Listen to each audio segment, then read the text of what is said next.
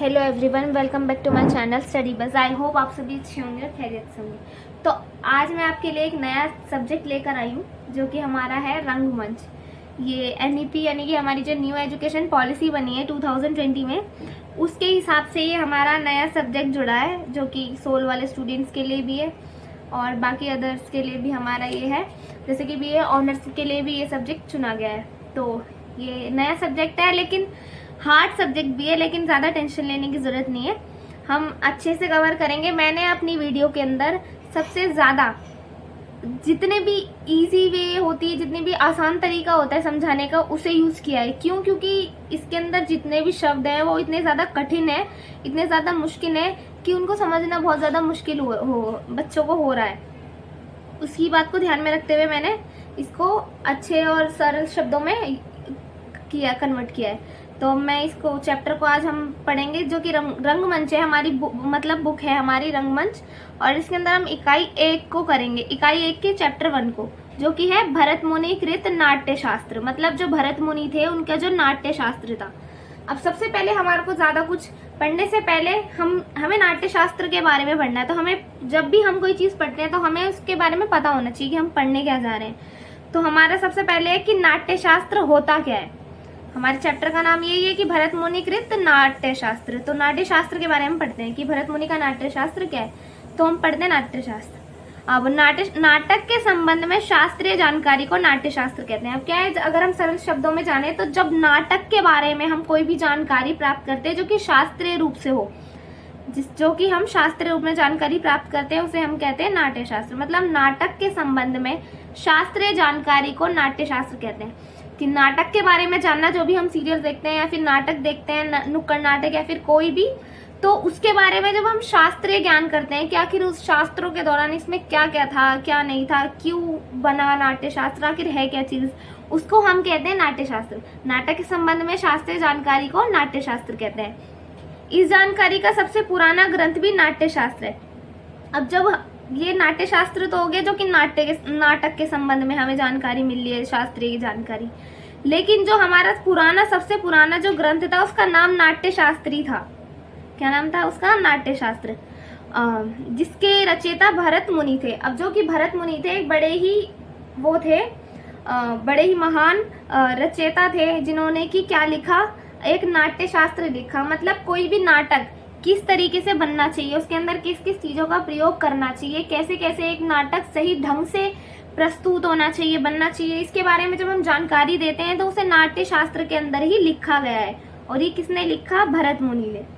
अब सबसे पहले देखते हैं नाट्य शास्त्र। तो हमने समझ लिया कि नाटक के संबंध में शास्त्रीय जानकारी हम क्या हो गई हमारी, नाट्य शास्त्र। और इसके जो रचयिता थे, मतलब जो इनके पिता हम कह सकते हैं नाट्य शास्त्र के, वो किसको कहा जा सकता है? भरत मुनि को। और ये सबसे ज्यादा पुराना जो हमारा ग्रंथ है नाट्य शास्त्र का, उसका नाम भी नाट्य शास्त्री है। अब लेकिन जब हम बुक पढ़ रहे हैं रंगमंच, तो रंगमंच के बारे में भी पता होना चाहिए कि रंगमंच होता क्या है। हम पढ़ना तो शुरू कर देते हैं कि ये हमारी बुक का नाम है और ऐसे ऐसे हमने पढ़ना है, लेकिन उसके बारे में हमारे को पता तो होना चाहिए कि रंगमंच हम किताब पढ़ रहे हैं, हमारी बुक का नाम उन्होंने रंगमंच रख दिया है, तो किस बिहाफ पे रखा है, उनका क्या उद्देश्य था रंगमंच रखने का। तो सबसे पहले हम जानते हैं कि रंगमंच होता क्या है। रंगमंच वह स्थान होता है जहाँ नृत्य, नाटक, खेल आदि प्रस्तुत किए जाते हैं। आप सभी देखते होंगे महाभारत या फिर कोई भी नाटक, नुक्कड़ नाटक होता है, किसी को कोई प्रेरणा देनी है उससे रिलेटेड कोई नाटक हो गया, या फिर कोई खेल है, कोई खेल चल रहा है, उससे वो जिस चीज के ऊपर प्रस्तुत किए जाते हैं, जिसे हम थिएटर कहते हैं, उसको जो जिस चीज पर दिखाया जाता है उसको हम कहते हैं रंगमंच। अब इजी वे में हमारा हो गया कि रंगमंच वह स्थान होता है जहाँ नृत्य, मतलब कोई भी नाच, कोई भी 2-4 लड़के लड़कियां कुछ भी, या फिर नृत्य प्रस्तुत करनी है, अलग अलग पारंपरिक नृत्य होते हैं, या फिर कुछ भी चीज होती है, वो चीज नृत्य को प्रस्तुत करना। कोई नाटक के द्वारा किसी को प्रेरणा देना चाहता है या फिर कुछ सिखाना चाहता है, तो उससे रिलेटेड नाटक, या फिर कोई पारंपरिक नाटक भी है। जैसे कि हम देखते हैं हमारे धर्म से रिलेटेड कुछ भी, महाभारत हो गई, उससे रिलेटेड कोई नाटक दिखाया जा रहा है, कोई खेल ऐसा है कि जो कि बड़ा अच्छा है, उससे हम लोगों को मनोरंजन प्रदान कर सकते हैं, तो वो चीज जिसके ऊपर प्रस्तुत की जाती है या फिर दिखाई जाती है, उसे हम रंगमंच कहते हैं। ये लोगों को मनोरंजन प्रदान करने के लिए होता है। अब इसका मुख्य उद्देश्य क्या होता है, लोगों को मनोरंजन करना। क्यों? क्योंकि हम अगर अपनी वैसी नॉर्मल लाइफ में देखें तो हर किसी की जिंदगी में थोड़ा बहुत दुख परेशानियां होती हैं। जब हम ऐसी कोई चीज देखते हैं, नाटक या फिर कुछ भी चीज, हमारा मन कर रहा है और हमारा दिमाग खराब है या फिर कुछ भी टेंशन है, तो हम जाकर नृत्य, नाटक कुछ भी देख लेते हैं रंगमंच पर, यानी कि थिएटर पर। तो हमारे को क्या होता है, मनोरंजन हो जाता है, ऊपर से हमारे दिमाग की जो टेंशन है वो भी कम हो जाती है। अब क्या है, इसे अंग्रेजी में क्या कहते हैं, थिएटर। थिएटर तो हम सब जानते ही हैं, बस रंगमंच सुन के हमारे को थोड़ा ऐसा लगता है कि भाई बड़ा मुश्किल सा शब्द है, अजीब सा है, हमने तो पहली बार पढ़ा है। रंगमंच हमने तो पहले कभी पढ़ा ही नहीं। लेकिन ऐसा नहीं है, क्योंकि थिएटर हम हमारी जो डेली लाइफ है उसके अंदर हम क्या यूज करते हैं, ज्यादातर इंग्लिश वर्ड्स को यूज करते हैं, तो हम भी इसको थिएटर के रूप में जानते हैं। और अगर हम हिंदी में इसको बोले तो इसको हम रंगमंच कहते हैं। अब आगे मैंने आपको नाट्यशास्त्र और रंगमंच बता दिया। अब आगे देखते हैं कि चैप्टर को कैसे शुरू करना है, हमारे चैप्टर के अंदर इसमें है क्या। तो है नाट्यशास्त्र पुस्तक के मूल लेखक भरत मुनि है। मतलब जो नाट्यशास्त्र है कि नाटक किस तरीके से बनना चाहिए, उसको लिखने वाले, उस पुस्तक को लिखने वाले कौन है, भरत मुनि। कुछ विचारकों का मानना है कि 1400 ईस्वी पूर्व से 100 ईस्वी के बीच में नाट्यशास्त्र लिखा गया था। मतलब कुछ विचारक है कि अलग अलग विचारधाराएं रखी, लोगों ने अलग अलग विचार रखे हैं कि जो 400 ईस्वी पूर्व से 100 ईस्वी के बीच में नाट्यशास्त्र लिखा गया था। नाट्यशास्त्र में कुल 6000 काव्य छंद है तथा 36 अध्याय हैं। अब जो जिन्होंने नाट्यशास्त्र पढ़ा है या उसके बारे में जानकारी हासिल की है, उन्होंने क्या बताया कि जो हमारा नाट्यशास्त्र है उसके अंदर कुल 6000 काव्य छंद है और उसके अंदर 36 अध्याय है। मतलब 6000 काव्य छंद और उसके अंदर 36 अध्याय है। एक नाटक किस प्रकार का होना चाहिए, कैसे कैसे प्रस्तुत किया जाना चाहिए, ये सब नाट्यशास्त्र में बताया गया। अब नाट्यशास्त्र है क्या इसके अंदर कि जब कोई भी नाटक बनाया जाता है तो उसको किस तरीके से बनाया जाना चाहिए कि जो लोग ज्यादा से ज्यादा उसको पसंद करें, लोग ज्यादा से ज्यादा उसको देखें और लोगों की जब उसके बारे में सुने तो उनकी रुचि बढ़े कि हमें भी ये चीज देखनी चाहिए। तो ये सब नाट्यशास्त्र में बताया गया कि कैसे कैसे नाटक को बनाया जाना चाहिए और किस प्रकार से बनाया जाना चाहिए।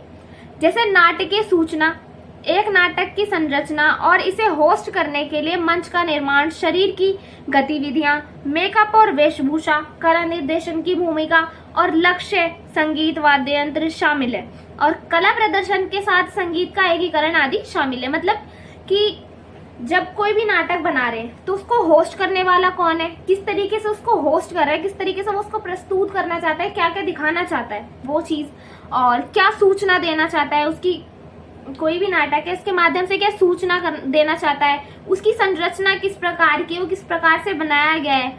और मंच, जब हम कोई भी नाटक बनाते हैं या फिर नृत्य प्रस्तुत करते हैं तो हम कहाँ पर उसको करते हैं, किसी भी मंच पे। हमें किसी भी चीज को प्रस्तुत करने के लिए एक मंच की जरूरत होती है, तो हमारे को मंच का निर्माण करना होता है। फिर शरीर की गतिविधियां, मतलब शरीर के द्वारा किस तरीके से नाटक किया जा रहा है, लोग किस प्रकार की गतिविधियों का मतलब इस्तेमाल कर रहे हैं। मेकअप और वेशभूषा, मतलब मेकअप कैसे किया गया है, उनको तैयार कैसे किया गया है, और उनकी वेशभूषा मतलब किस तरीके के कपड़े पहने हैं, किस तरीके के गहने पहने हैं। और निर्देशन की भूमिका और लक्ष्य, संगीत मतलब और वाद्य यंत्र, मतलब जब भी कोई नाटक वगैरह हम प्रस्तुत करें तो उसके अंदर संगीत का भी यूज होना चाहिए, संगीत के जो वाद्य यंत्र होते हैं वो, और इसके साथ साथ संगीत का एकीकरण आदि शामिल होता है। मतलब कि अगर हम संगीत के माध्यम से किसी भी नाटक को प्रस्तुत करेंगे या फिर उसके अंदर संगीत को ऐड करेंगे तो लोगों की रुचि ज्यादा बढ़ेगी, मनोरंजन अधिक होगा और उसको ज्यादा पसंद करेंगे। क्योंकि आजकल भी और पहले जमाने में भी क्या होता था, संगीत को ज्यादा पसंद किया जाता था। भारत की नाट्य शास्त्रीय परंपरा अति प्राचीन है। अब जो भारत की नाट्य शास्त्रीय परंपरा है वो बहुत ज्यादा पुरानी है। समय समय पर नाट्याचार्यों द्वारा नाट्य शास्त्रीय सिद्धांतों की स्थापना होती रही है। मतलब अलग अलग नाट्याचार्य है, मतलब अलग अलग नाटक किस तरीके से बनना चाहिए उसको बताने वाले आए। भरत मुनि तो थे, इन्होंने नाट्य शास्त्र लिख दिया, लेकिन उनके बाद भी बहुत सारे नाट्याचार्य आए जिन्होंने की बताया नाट्य शास्त्र के अंदर कौन कौन सी सिद्धांत को अपनाना चाहिए। अब भरत मुनि द्वारा रचित नाट्य शास्त्र, धनंजय रचित दशरूपक, रामचंद्र रचित नाट्य दर्पण। मतलब अब भरत मुनि तो जो थे हमारे, उन्होंने क्या रचा, उन्होंने तो नाट्य शास्त्र रच दिया। अब फिर क्या था, धनंजय, उन्होंने क्या रचा, दशरूपक रच दिया। और फिर जो रामचंद्र जो थे उन्होंने क्या रच दिया, नाट्य दर्पण। मतलब उन्होंने भी, जैसे भरत मुनि जी ने बताया कि कैसे कैसे एक नाटक को बनाना चाहिए। उसी प्रकार से जो हमारे धनंजय थे और जो रामचंद्र थे, उन्होंने भी ये बताया कि किस नाटक को किस प्रकार से बनना चाहिए, किस प्रकार से प्रस्तुत करना चाहिए, इसके अंदर वेशभूषा कैसी होनी चाहिए। ये सभी चीजें बताई किन किन ने? धनंजय रामचंद्र ने, जो कि भरत मुनि के अलावा भी कौन थे? नाट्याचार्य। आगे देखते हैं। आदि नाट्य शास्त्रीय ग्रंथों से विदित है कि भरत से पूर्व और पश्चात में भी नाट्य शास्त्र के आचार्य हुए, जिनकी रचनाएं कुछ उपलब्ध हैं और कुछ नहीं। अब जो थे हमारे भरत मुनि थे, वो तो थे ही हमारे नाट्य शास्त्र को रचने वाले, यानी कि उन्होंने ग्रंथ जो तो रच दिया। लेकिन कुछ लोगों का मानना है कि सिर्फ भरत ही नहीं थे ये, उनसे पहले भी कुछ लोग आए और उनके बाद भी कुछ लोग आए जिन्होंने की नाट्य शास्त्र रचा। उनके नाम अलग हो सकते हैं, लेकिन उन्होंने भी रचे, जिनकी कुछ जो रचनाएं थी वो कुछ तो उपलब्ध है और कुछ है ही नहीं। मतलब कुछ अगर हम ज्यादा ढूंढे तो हमारे को मिल जाती है कहीं पे, लेकिन कुछ तो ऐसे हैं जिनका किसी को पता ही नहीं कि वो थी भी।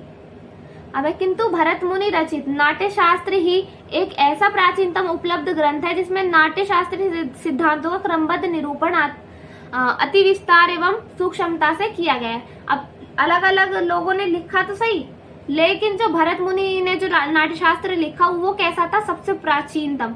और उसके अंदर जो नाट्य शास्त्र लिखा गया, नाटक को बनाने के जो सिद्धांत थे वो किस प्रकार थे? क्रमबद्ध, मतलब एक सही रूप से सीरियल वाइज लगाए हुए थे कि कौन सी चीज पहले होनी चाहिए, कौन सी बाद में होनी चाहिए, कौन सी उसके बाद में होनी चाहिए। मतलब एक क्रमबद्ध रूप से उन्होंने प्रस्तुत किया और एकदम विस्तार से। ऐसे नहीं कि थोड़े से 2-4 लाइन लिख दी, ऐसा नहीं। उन्होंने क्या करा? पूरे विस्तार से कि क्या क्या चीज कैसे होनी चाहिए, उन्होंने विस्तार पूर्वक और सूक्ष्मता से, बहुत गहराई से उसको लिखा कि कैसे कैसे एक नाटक बनना चाहिए। उसके जो हमारा नाट्य शास्त्र है उसके अंदर बिल्कुल सूक्ष्मता से दिखाया गया है कि जो भी नाटक बनाए थे उसके सिद्धांत क्रमबद्ध रूप से लिखे गए हैं, विस्तार से लिखे गए हैं और सूक्ष्मता से लिखे गए हैं।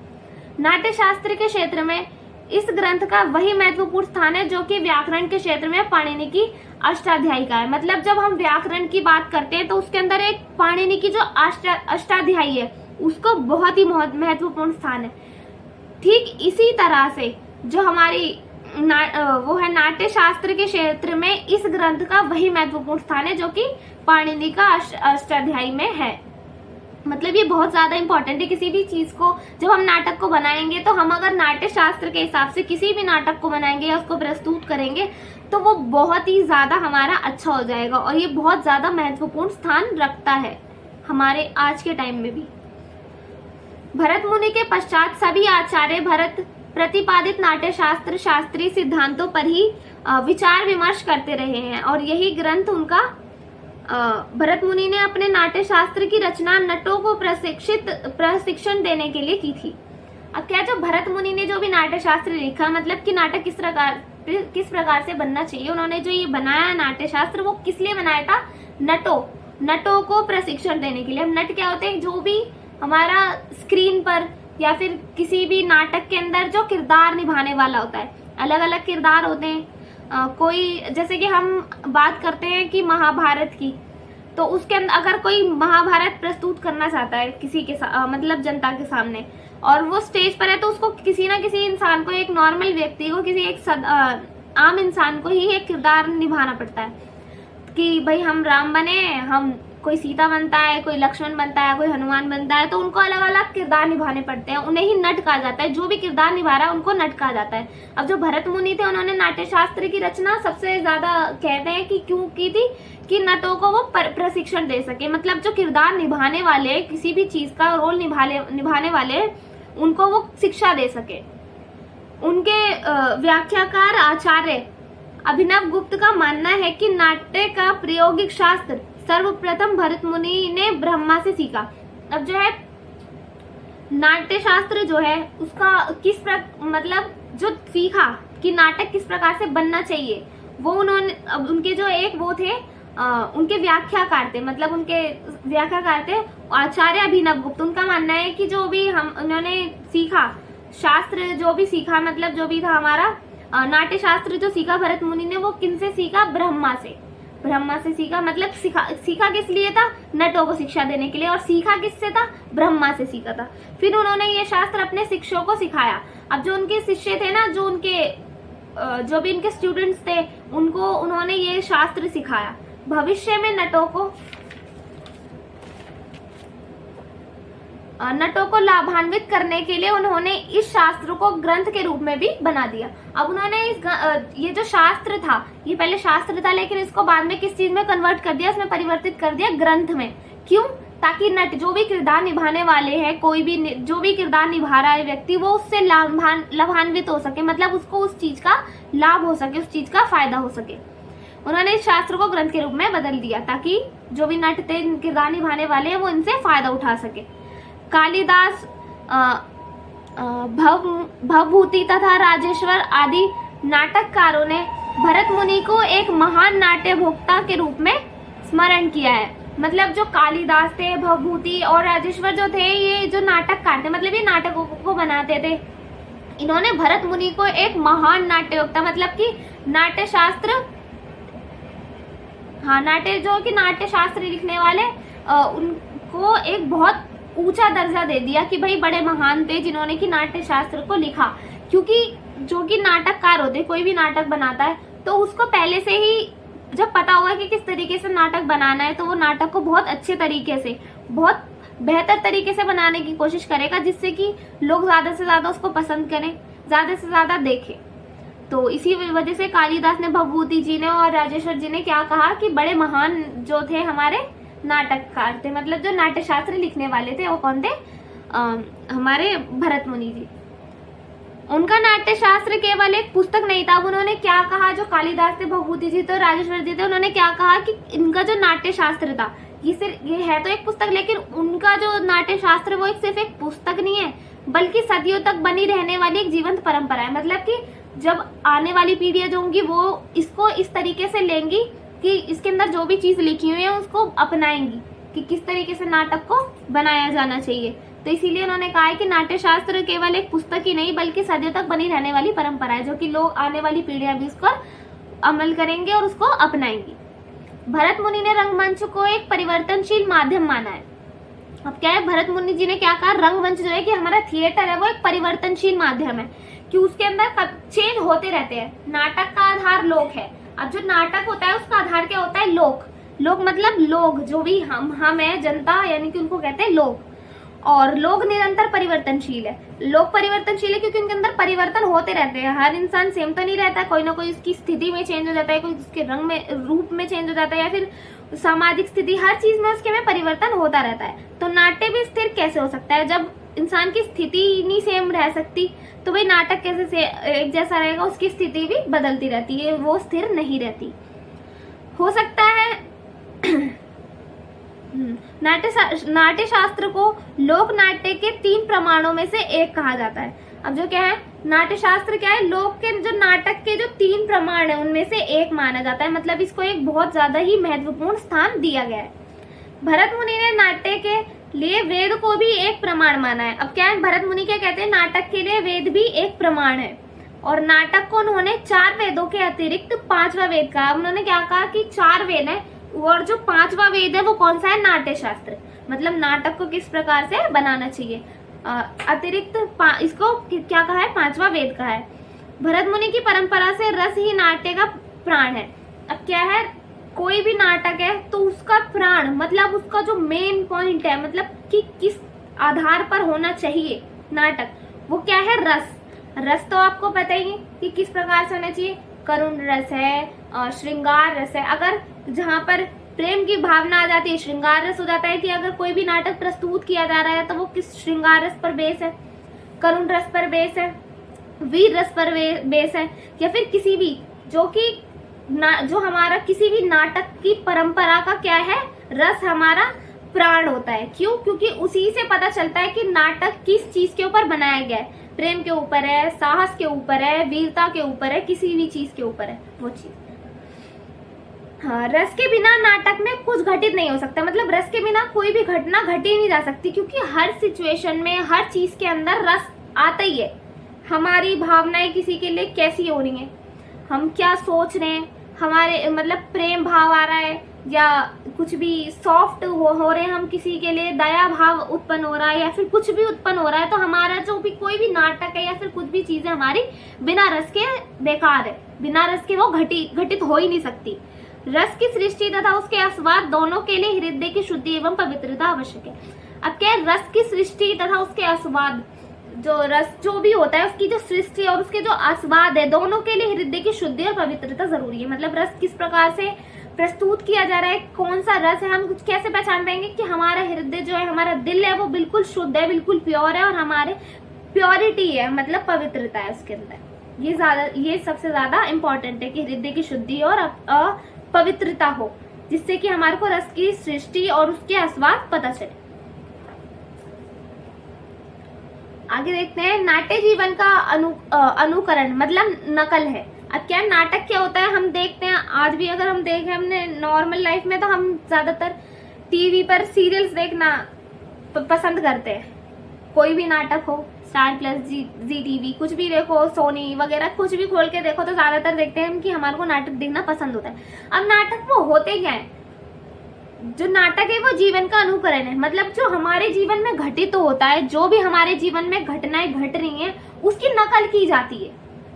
हमारे जीवन में कुछ भी, कोई भी प्रॉब्लम आ रही है, कोई भी सिचुएशन है, कुछ ऐसी भी दिक्कत है, कुछ भी अच्छाई है, बुराई है, कुछ भी है, तो जब हम हमारे जीवन में जो चीज घट रही है, जो भी नाटककार होगा या फिर नाटक को बनाने वाला होगा, वो हमारे को देखता है कि भाई कौन कौन सी परेशानी या फिर कौन कौन सी घटनाएं किसी सामने वाले के व्यक्ति के जीवन में घट रही हैं, तो वो उसके बिहाफ पर क्या करता है, उसके हिसाब से क्या करता है, नकल करता है, जीवन का अनुकरण करके उसकी नकल करने की कोशिश करता है। ये भरत मुनि और उनकी परंपरा के आचार्य बार बार कहते हैं कि परंतु जीवन में सतही अनुकरण से नाट्य अनुभव संभव नहीं है। अभिनेता द्वारा सच को नाटक के रूप में प्रस्तुत करना। अब क्या है, किसी भी अभिनेता के लिए, कोई भी जो भी हमारे नट जो भी प्रस्तुत कर रहे हैं या फिर कलाकार हैं हमारे, जो हम टीवी स्क्रीन पर देखते हैं या फिर नाटकों में देखते हैं, तो वो क्या, उनके लिए बहुत ज्यादा मुश्किल होता है कि किसी के सच को नाटक के रूप में प्रस्तुत करना। अब जैसे कि हम खुद भी देखें अपनी जिंदगी में, तो अगर हमने किसी को देखा कि भाई ऐसे ऐसे, हम नकल करने की कोशिश करते हैं कि हाँ भाई वो ऐसे चलता है, भाई वो ऐसे बात करता है। अब लेकिन जो हमारी जिंदगी में असलियत में हो रहा है, जो हमारी जिंदगी का सच है, जो हमारी जिंदगी में अभी प्रेजेंट टाइम में या फिर वास्तविकता में हो रहा है, उसको जनता के सामने प्रस्तुत करना, सेम है जैसे चल रहा है, सेम वैसे ही प्रस्तुत करना बहुत ज्यादा कठिन होता है, जो कि अभिनेता द्वारा प्रस्तुत किया जाता है। अब है नाट्य शास्त्र का महत्व। अब नाट्य शास्त्र तो हमने पढ़ लिया कि आखिर नाट्य शास्त्र है क्या। अब इसकी महत्वता क्या है, कि आखिर ये इंपॉर्टेंट क्यों है, नाट्य शास्त्र हमने क्यों पढ़ना है, क्या है क्या नहीं है, ये सब हम इसके अंदर देखते हैं। भरत मुनि के अनुसार नाट्य परंपरा का मुख्य स्रोत वेद है। मतलब जो भरत मुनि है, उन्होंने क्या कहा, नाट्य की परंपरा, जो कि नाटक बनाने की जो भी परंपरा है, जो भी चली आ रही है, इसका मुख्य स्रोत क्या है, वेद। मतलब वेद के अंदर, वेद के हिसाब से ही नाट्य शास्त्र की परंपरा बनाई गई। और नाट्य परंपरा ये जो है क्या है, हमारी वेद का सबसे मुख्य स्रोत क्या है, हमारे नाट्य शास्त्र का, नाट्य की परंपरा का वेद, कि हमने किससे ये चीज ली, वेद से। नाटक का मुख्य उद्देश्य दुखी मन को शांत करना था। क्या महत्व क्या है इसका, मतलब नाट्य शास्त्र करना क्या चाहता है, जो नाटक, मतलब नाटक जो है वो करना क्या चाहता है। जो नाटक होता है ना, वो क्या करता है, उसका उद्देश्य होता है किसी के मन को, किसी का मन बहुत ज्यादा दुखी है, विचलित है, बहुत ज्यादा परेशान है, तो उसको शांत करना। अब हम देखते हैं कि हमारे दिमाग डिप्रेशन में जा रहा है, हम परेशान हो रहे हैं, हम बड़े दुखी हो रहे हैं, हमारे घर में कोई ऐसी घटना घट गई है जो कि हमारे को बहुत ज्यादा परेशान कर रही है, तो हम ऐसी सिचुएशन में, ऐसी परिस्थितियों में क्या करते हैं कि नाटक देख लेते हैं। टीवी में चल रहा है कि हाँ भाई, फॉर एग्जांपल हम देखते हैं कि अनुपमा, ज्यादातर औरतें जो हैं आजकल की जनरेशन जो है वो ज्यादातर किसके पीछे पड़ गई, अनुपमा। तो वो अपनी, जब वो उस चीज को देखते हैं ना कि उसकी जिंदगी में कितना संघर्ष है, तो उनको अपनी जिंदगी के दुख बहुत कम लगने लग जाते हैं। तो वो किसी के दुख को शांत करने का, उसके मन को शांत करने का, उसके दुख को दूर करने का कार्य करता है क्या, नाटक। इसका नाटक का मुख्य उद्देश्य क्या हो गया, फिर दुखी मन को शांत करना, कि किसी का मन दुखी है, विचलित है, परेशान है, तो उसके मन को शांत करना। नाटक के उद्देश्य तक पहुंचने के लिए इसकी प्रयोग विधि के सम्यक ज्ञान की आवश्यकता होती है। मतलब जब हम कोई भी नाटक बनाते हैं तो उसका उद्देश्य क्या होता है, ज्यादा से ज्यादा फायदा उठाना, ज्यादा से ज्यादा लोगों तक पहुंचाना, ज्यादा से ज्यादा लोगों को शिक्षित या फिर प्रेरणा देना। अलग अलग उद्देश्य हो सकते हैं अलग अलग नाटक के, कोई प्रेम से रिलेटेड होता है, कोई किसी और चीज से रिलेटेड होता है, कोई वीरता से रिलेटेड होता है, कोई तो अलग अलग उद्देश्य हो सकते हैं। लेकिन वो उद्देश्य हमारा कब पूरा होता है, जब हमारे को उस चीज के बारे में, उसकी विधि के बारे में पूरी जानकारी होगी। जब तक हमारे को किसी चीज की जानकारी नहीं होगी हम उसके बारे में कुछ बना ही नहीं सकते। तो इसीलिए सबसे ज्यादा जरूरी क्या है, ज्ञान की आवश्यकता होगी। किसी भी नाटक के उद्देश्य तक पहुंचने के लिए हमारे को क्या है, ज्ञान की आवश्यकता होती है। नाट्य शास्त्र में नाटक के विभिन्न स्वरूपों का ज्ञान होता है। अगर नाट्य शास्त्र के अंदर नाटक के जो विभिन्न स्वरूप है, बहुत सारे स्वरूप है, खाली एक ही स्वरूप नहीं है, बहुत सारे स्वरूप है, उसके बारे में भी हमारे को पता चलता है। किसके अंदर, नाट्य शास्त्र के अंदर। नाट्य शास्त्र में नाटक का भाव, रस का और ज्ञान होना चाहिए। मतलब नाट्य शास्त्र के अंदर जब नाटक आप बना रहे हैं, नाट्य शास्त्र आपने पढ़ ली कि नाटक को किस प्रकार से बनाना चाहिए। अब जब आप नाटक बनाना शुरू कर देते हो तो आपको क्या होना चाहिए, किस चीज का ज्ञान होना चाहिए, भाव और रस कि मतलब आप किस तरीके के भाव को उसके अंदर डाल रहे हैं, किस तरीके के भाव से ज्यादा लोग खींचते हैं किस चीज की तरफ, और उसके अंदर कौन सा रस है कि मतलब कौन से रस, ज्यादातर लोग किस रस को, आजकल के जमाने में ज्यादातर क्या है, आजकल की जनरेशन किसको पसंद करती है, प्रेम को। श्रृंगार रस जो है हमारा ज्यादातर, इससे रिलेटेड हम मूवीज वगैरह देख लेते हैं, नेटफ्लिक्स पे जाके देखो तो ज्यादातर यही चीज मिलनी है हमारे को। तो उसके अंदर ज्यादातर क्या होता है, प्रेम, श्रृंगार रस होता है हमारा कि भाई प्रेम से रिलेटेड है। उसके अंदर आपको पता ही है क्या क्या होता है, फिर यही सब चीजें हमारी पसंद की जाती है। और ये चीज किसके बिहाफ पर बनाई जाती है, जनता के इंटरेस्ट से, कि जनता किस चीज को ज्यादा पसंद कर रही है। तो इसलिए हमारे को लोगों के भाव का पता होना चाहिए और रस कौन सा हमारे को यूज करना है, किस चीज से लोग ज्यादा अट्रैक्ट होंगे, वो चीज हमारे को पता होनी चाहिए। आगे देखते हैं भारतीय रंगमंच की अवधारणा। अब क्या है भारतीय रंगमंच की अवधारणा क्या है। अब हमने वो तो देख लिया कि भाई जो हमारा है जो हमारा शास्त्र था, भरत मुनि का नाट्य शास्त्र जो था उसके बारे में तो हमने पढ़ लिया। लेकिन अब जो है हमारा भारतीय रंगमंच, हमने वो तो पढ़ लिया नाट्य शास्त्र के बारे में, लेकिन अब क्या पढ़ना है हमारे को, रंगमंच। उसकी अवधारणा क्या है, आखिर जो थिएटर होते हैं उनकी क्या अवधारणा होती है, उनकी क्या चीज, क्या हमारे तक पहुंचाना चाहते हैं, वो क्या करना चाहते हैं। अब नाटक मानवीय संवेदनाओं की अभिव्यक्ति का सबसे सशक्त माध्यम है। अब कैसे, नाटक जो होता है, अभी मैंने बताया ना आपको कि मानवीय संवेदना और अभिव्यक्ति, मतलब मानव का जो जीवन है उसकी जो क्या संवेदना है, वो क्या महसूस करता है, उसके जीवन में क्या हो रहा है, उसका सशक्त माध्यम, उसकी को अभिव्यक्त करने का सबसे सशक्त माध्यम है। मतलब मानव का जो जीवन है, उसके जीवन में जो हो रहा है उसको सबसे अच्छे तरीके से प्रस्तुत करने वाली चीज क्या है, नाटक। जो नाटक है वो इस तरीके से बनाए जा रहे हैं, प्रस्तुत किए जा रहे हैं कि उससे पता चलता है कि हाँ भाई ये तो हमारी जिंदगी से ही जुड़ा हुआ है, हमारी जिंदगी में आम दिनों में अगर हम देखें तो ये हमारी जिंदगी में होता ही रहता है। अब रंगमंच के जरिए कलाकार अपने भाव विचार एक दूसरे तक पहुंचाते हैं। अगर रंगमंच जो है हमारा थिएटर जो है उसके जरिए, उसके माध्यम से जो कलाकार होते हैं, जो भी हमारे कलाकार हैं, वो क्या करते हैं, अपने भाव, मतलब वो किस तरीके की भावना रखते हैं, उनके क्या विचार है, वो किस तक पहुंचाते हैं, दूसरों तक। जब वो अपने भाव स्टेज पर या फिर थिएटर पर कहीं पर भी रंगमंच के ऊपर प्रस्तुत करते हैं तो सामने देखने वाले पर तो वो जाता ही है ना कि उनकी जो बात है, उनके जो भाव है वो किस तक पहुंचे, दूसरी जनता तक। जो भी ऑडियंस बैठी हुई देख रही है वो उन तक अपनी बातों को पहुंचाते हैं, अपने विचारों को पहुंचाते हैं। संभवतः रंगमंच के मूल में यही अवधारणा है। अब क्या है, सबसे ज्यादा मेन अवधारणा तो यही है इसकी कि जो भी रंगमंच के जरिए जो भी कलाकार होते हैं वो क्या करते हैं, अपने विचारों को अभिव्यक्त करते हैं। नाटक लोक रहित मनोविनोद का एक ऐसा साधन है जो दृश्य है और श्रव्य भी है। अब क्या, नाटक जो है लोकहित, मतलब लोगों के हितों के लिए और जो मन को शांत करने के लिए, मन को बहुत सुखी देने के लिए, सुख देने के लिए या फिर अच्छा महसूस कराने के लिए क्या करता है, एक ऐसा साधन है जो दृश्य भी है और श्रव्य भी, जो कि जिसको हम देख भी सकते हैं और सुन भी सकते हैं। दृश्य मतलब देखने वाला, श्रव्य मतलब सुनने वाला।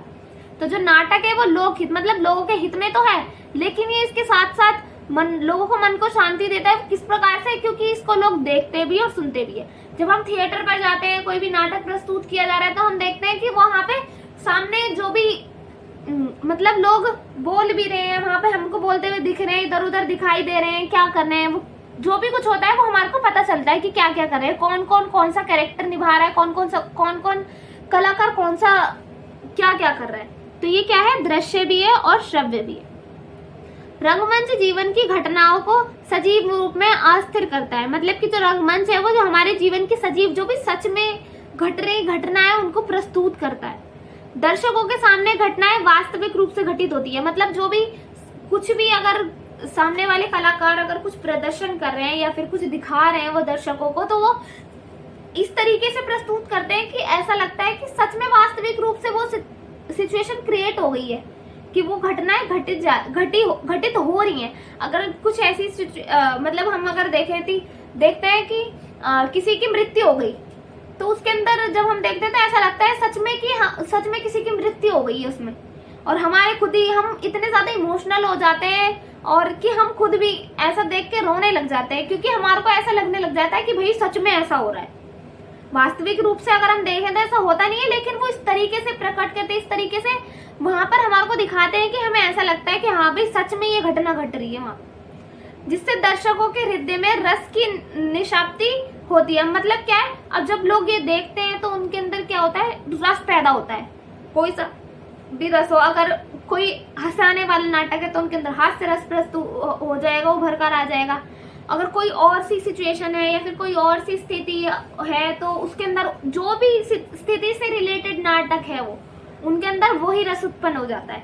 रंगमंच पर प्रदर्शित नाटक दर्शकों का मनोरंजन करके ही सफल होता है। अब क्या, रंगमंच का जो भी प्रस्तुत कर रहे हैं वो नाटक है, नृत्य या फिर कुछ भी चीज है, वो उसका क्या होता है, दर्शकों का मनोरंजन करके ही सफल होता है। कि जब तक दर्शकों का मनोरंजन नहीं होगा ना, तब तक वो चीज सफल हो ही नहीं सकती, क्योंकि उनका उद्देश्य मेन यही होता है कि भाई लोगों को मनोरंजन करना, और जब तक उनका उद्देश्य ये पूरा नहीं होगा, मनोरंजन नहीं होगा, तो उनका उद्देश्य भी पूरा नहीं हुआ, और अपना उद्देश्य पूरा करता है। और जब वो लोगों का मनोरंजन कर देते हैं, उनको खुशी दे देते हैं, उनको सेटिस्फाई कर देते हैं कि हाँ भाई बड़ा अच्छा लगा, हमारे को बड़ी अच्छी स्टोरी थी किसी भी चीज की, तो वो चीज हमारी होती है।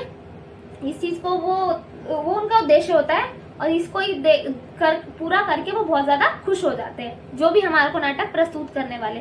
जनता तो हो ही गई सेटिस्फाई और खुश हो गई, लेकिन साथ ही जो भी उस नाटक को प्रस्तुत कर रहा है या फिर उसको मतलब दिखा रहा है, वो भी बहुत ज्यादा खुश हो जाता है और उनका उद्देश्य पूरा हो जाता है। तो आज की वीडियो हमारी यहीं तक थी। मिलते हैं हम नेक्स्ट वीडियो में। इसका नेक्स्ट चैप्टर हम कवर करेंगे नेक्स्ट वीडियो के अंदर। अगर वीडियो अच्छी लगी तो चैनल को सब्सक्राइब करें, शेयर करें और कमेंट करें मेरे चैनल पे। Thank you.